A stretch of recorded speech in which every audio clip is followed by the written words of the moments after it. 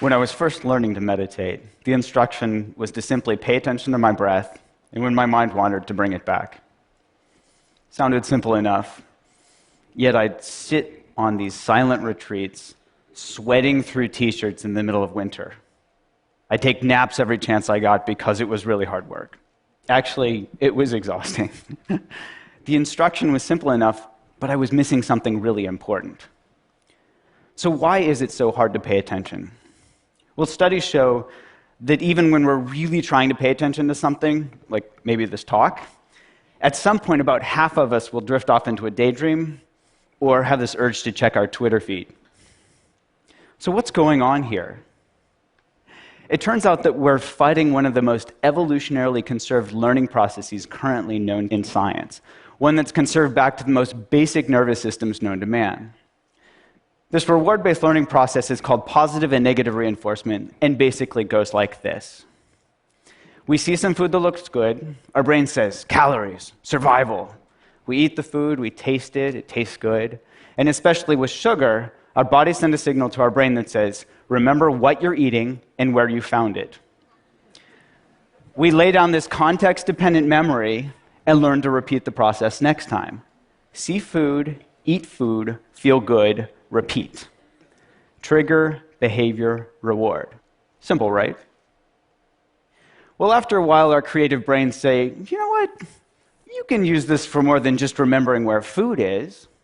You know, next time you feel bad, why don't you try eating something good so you'll feel better? We thank our brains for the great idea. Try this and quickly learn that if we eat chocolate or ice cream when we're mad or sad, we feel better. Same process, just a different trigger. Instead of this hunger signal coming from our stomach, this emotional signal, feeling sad, triggers that urge to eat. Maybe in our teenage years, we were a nerd at school, and we see those rebel kids outside smoking, we think, hey, I want to be cool, so we start smoking. The Marlboro Man wasn't a dork, and that was no accident. See cool, smoke to be cool, feel good. Repeat. Trigger, behavior, reward. And each time we do this, we learn to repeat the process, and it becomes a habit. So later, feeling stressed out triggers that urge to smoke a cigarette or to eat something sweet. Now with these same brain processes, we've gone from learning to survive to literally killing ourselves with these habits. Obesity and smoking are among the leading preventable causes of morbidity and mortality in the world. So back to my breath. What if instead of fighting our brains or trying to force ourselves to pay attention, we instead tapped into this natural reward-based learning process, but added a twist? What if instead we just got really curious about what was happening in our momentary experience? I'll give you an example. In my lab, we studied whether mindfulness training could help people quit smoking. Now, just like trying to force myself to pay attention to my breath, they could try to force themselves to quit smoking. And the majority of them had tried this before and failed, on average 6 times. Now, with mindfulness training, we dropped the bit about forcing and instead focused on being curious. In fact, we even told them to smoke. What? Yeah, we said, go ahead and smoke. Just be really curious about what it's like when you do. And what did they notice? Well, here's an example from one of our smokers. She said, mindful smoking smells like stinky cheese and tastes like chemicals. Yuck. Now, she knew cognitively that smoking was bad for her. That's why she joined our program. What she discovered just by being curiously aware when she smoked was that smoking tastes like shit.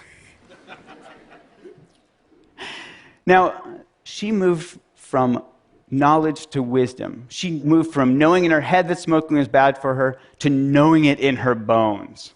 And this spell of smoking was broken. She started to become disenchanted with her behavior. Now, the prefrontal cortex, that youngest part of our brain from an evolutionary perspective, it understands on an intellectual level that we shouldn't smoke. And it tries its hardest to help us change our behavior, to help us stop smoking, to help us stop eating that second, that third, that fourth cookie. We call this cognitive control. We're using cognition to control our behavior. Unfortunately, this is also the first part of our brain that goes offline when we get stressed out. which isn't that helpful. Now, we can all relate to this in our own experience. We're much more likely to do things like yell at our spouse or kids when we're stressed out or tired, even though we know it's not going to be helpful. We just can't help ourselves. Now, when the prefrontal cortex goes offline, we fall back into our old habits, which is why this disenchantment is so important. Seeing what we get from our habits helps us understand them in a deeper level, to know it in our bones, so we don't have to force ourselves to hold back or restrain ourselves from behavior. We're just less interested in doing it in the first place. And this is what mindfulness is all about. Seeing really clearly what we get when we get caught up in our behaviors, becoming disenchanted on a visceral level, and from this disenchanted stance, naturally letting go. This isn't to say that, poof, magically we quit smoking, but over time, as we learn to see more and more clearly the results of our actions, we let go of old habits and form new ones. The paradox here is that mindfulness is just about being really interested in getting close and personal with what's actually happening in our bodies and minds from moment to moment.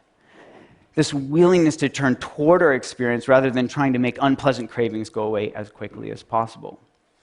And this willingness to turn toward our experience is supported by curiosity, which is naturally rewarding. What does curiosity feel like? It feels good. And what happens when we get curious?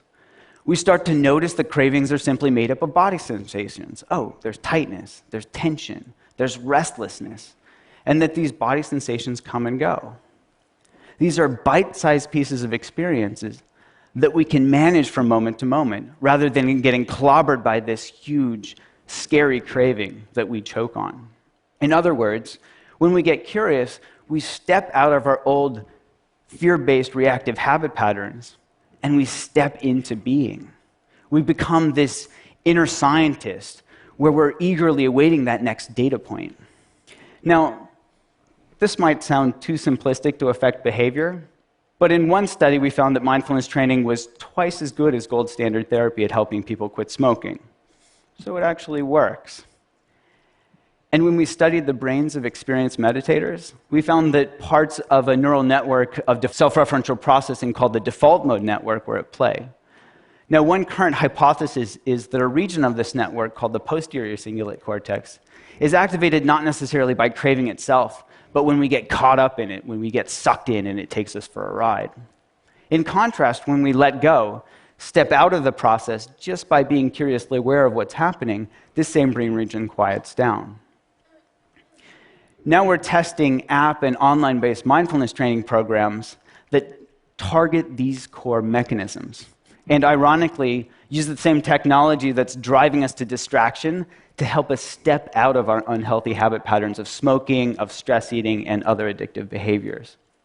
Now remember that bit about context-dependent memory? We can deliver these tools to people's fingertips in the contexts that matter most. So we can help them tap into their inherent capacity to be curiously aware right when that urge to smoke or stress eat or whatever arises. So if you don't smoke or stress eat, maybe the next time you feel this urge to check your email when you're bored or you're trying to distract yourself from work, or maybe to compulsively respond to that text message when you're driving, see if you can tap into this natural capacity. Just be curiously aware of what's happening in your body and mind in that moment.